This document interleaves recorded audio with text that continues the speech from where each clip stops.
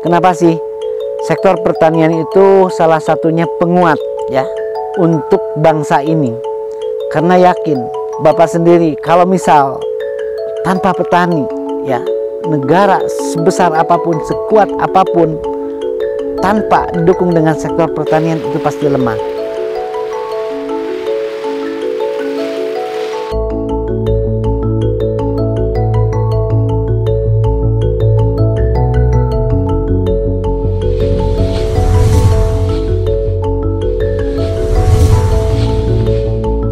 Assalamualaikum warahmatullahi wabarakatuh. Perkenalkan, nama saya Ulus Firmawan dari kelompok Tani Baby Friends Farmer Group Gapoktan Wargi Panggupai yang beralamat di Kampung Gandok, Desa Sunterjaya, Kecamatan Lembang, Kabupaten Bandung Barat, Jawa Barat.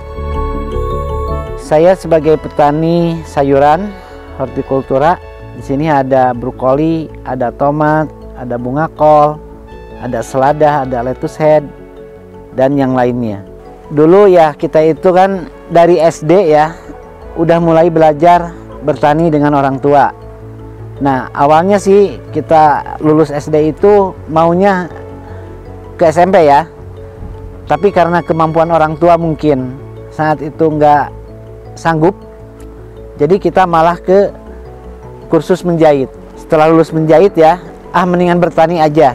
Dari situ kita tuh bertani lagi dan jual beli lah. Jadi barang-barang yang orang tua panen kita jualin gitu ya. Sampai-sampai di 93 kita itu udah masuk ke pasar induk Kramat Jati. Nah dari situ karena ya komoditasnya buncis ya dulu itu, buncisnya juga sampai-sampai nomor 1 lah di Kramat Jati itu. Kita itu berangkat jam 6 sore, datang jam 12 malam karena nggak ada tol kan waktu itu ya, masih jalan Subang, tapi konsumen udah nunggu di sana karena kualitas. Nah dari situlah kita percaya gimana sih caranya kita supaya punya produk-produk berkualitas, karena kalau kita produknya berkualitas siapapun itu pasti nunggu. Alhamdulillah salah satunya tip untuk kita bisa nembus pasar, baik itu pasar modern seperti supermarket atau pasar ekspor, ya kita harus menjaga kualitas. Itu yang terutama, kualitas dan kontinuitas, karena pasar-pasar modern itu tidak bisa menerima sayuran yang tidak kontinu dan tidak berkualitas. Jadi gimana caranya kita budidayanya harus menghasilkan produk-produk yang berkualitas. Satu, rendah residu pestisida. Jadi kita itu tidak menggunakan atau tidak banyak menggunakan pestisida kimia atau pupuk kimia.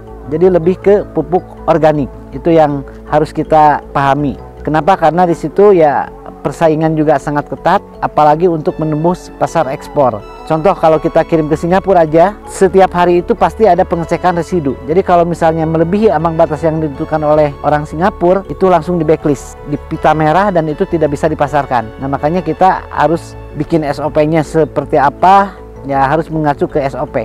Nah alhamdulillah kita juga di 2014 itu udah tembus ke pasar ekspor untuk Singapura, dan dapat penghargaan juga dari Kementerian Pertanian komoditas yang berdaya saing.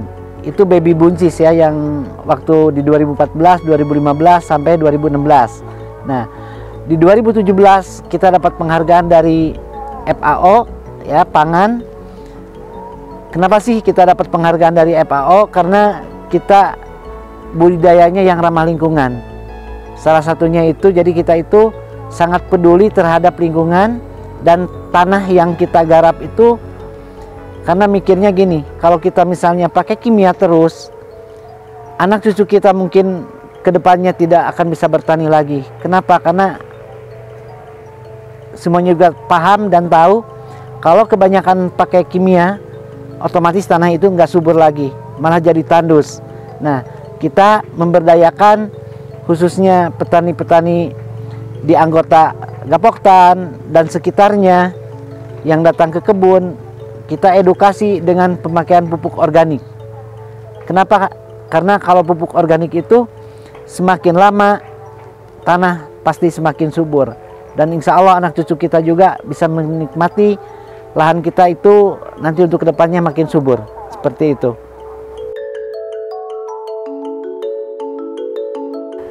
Tip untuk ya pemula ya, kalau kita mau bertani, satu, pastikan dulu pasar. Jadi kita itu harus kerjasama dengan pasar yang sifatnya ya kontrak lah, jadi tidak fluktuatif harga. Contoh kemarin-kemarin kan semuanya petani itu maaf ya, mungkin sekian persennya menangis karena harga turun, karena penyerapan konsumen juga kan, karena pandemik ini jadi kurang. Akhirnya tomat kan di bawah 1000, brokoli juga cuman 1000, bunga kol di bawah 1000, sawi putih di bawah 1000. Nah tapi dengan adanya kita kerjasama dengan gudang-gudang yang isi ke supermarket, alhamdulillah harga itu masih relatif aman ya. Makanya salah satunya kita kalau mau berusaha tani, satu, kerjasama dulu dengan pasar.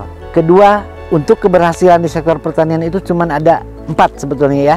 Satu, dari pengolahan lahan yang baik dan benar. Gimana sih pengolahan lahan yang baik dan benar itu? Penyangkulannya itu harus benar gembur gitu ya.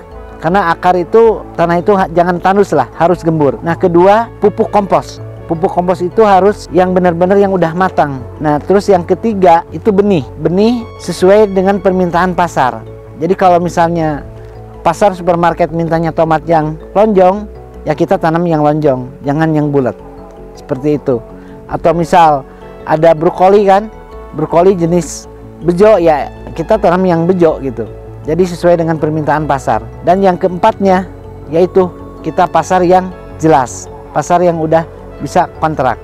Insya Allah dengan adanya 4 ini, insya Allah itu petani maju. Nah alhamdulillah kita juga ini lahan RSJ ya, Rumah Sakit Jiwa yang ada di Bandung Barat. Dan kita juga tidak hanya untuk bertani aja di sini, justru kita itu lebih edukasinya dengan OGDJ ya.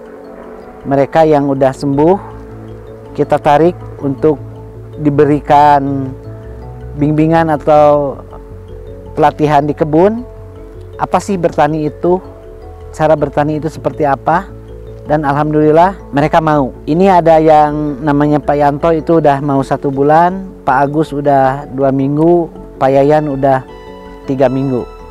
Mereka sangat antusias dan sangat luar biasa.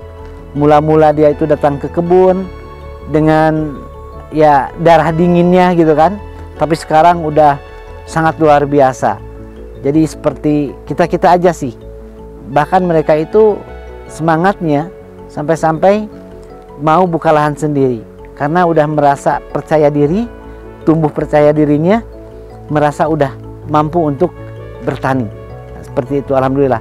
Mudah-mudahan doa dari semuanya kita terus, bukan hanya OGDJ aja ya, misalnya orang-orang yang tidak mampu, misal ayo datang ke kebun Waragri namanya ya. Di sini tuh yang di Cisarua itu kebun kampung Waragri, Gapoktan Wargi Panggupai.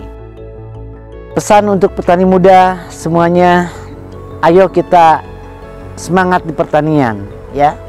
Jadi jangan mikirnya gini, ngapain sih jadi petani? Itu kotor, dekil atau gimana ya. Justru sektor pertanian banyak hal yang bisa dilakukan, bukan hanya bertaninya saja, justru bantu orang-orang tua kita atau petani-petani kita yang udah ada untuk pemasarannya.